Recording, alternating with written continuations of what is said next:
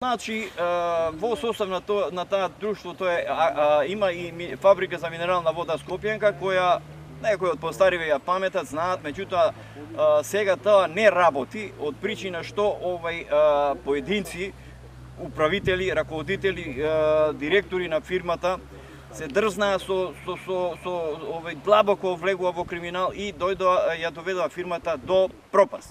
Односно, тука во тој дел може да кажам дека не се виновни само сторителите, него иста вина сносат и поддржувачите на тој криминал. А тоа се локалните моćници од владеачката структура кои што им дава сесрдна поддршка, пошто ние како луѓе кои што сме потекнувале од тие земјоделски фирми сме барале начин како да се заштити тој имот и тие фирми да може да продолжат да работат.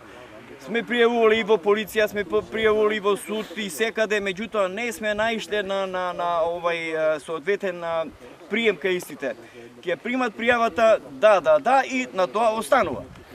Со може да кажам дека едни огромни напори што ги направив ја и моите колеги, успеавме конечно еден од тие да биде осуден, меѓутоа не да го осудат онака како што треба, практично го наградија. Украде милиони евра.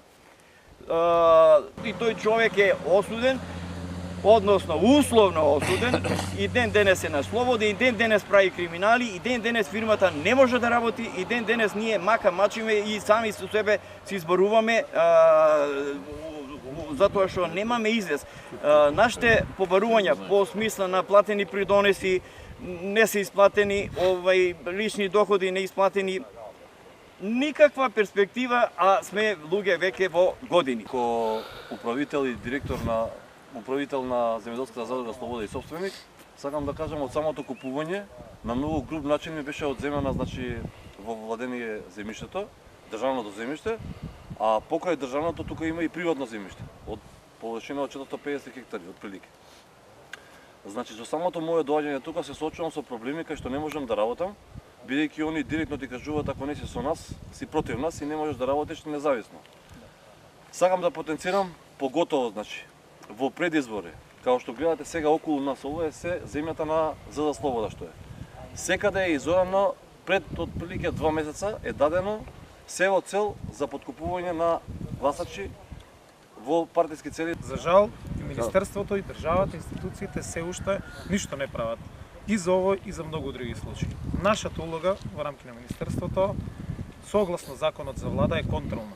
Законот ни даде ингеренции да реагираме, да ги спречиме злоупотребите, малверзациите, сето она што се случуваше и сето она што се случувало преку ова Министерство, да го објавиме на јавноста и да направиме јавен притисок по однос на сите овие случаи. И сведоци сте дека ние таа улога согласно закон, јас и мојот тим, до крај, до последен ден, согласно нашиот мандат, ќе извршиме согласно законот и во интерес единствено на луѓето кои што се засегнати со овие проблеми. Овој кабинет, откако сме влезени во Министерството, потенцираме и до крај ќе инсистираме на тоа. Целосна, генерална ревизија на тоа како е доделено земјоделско земјиште. Бидете убедени дека тоа ќе го направиме со закон.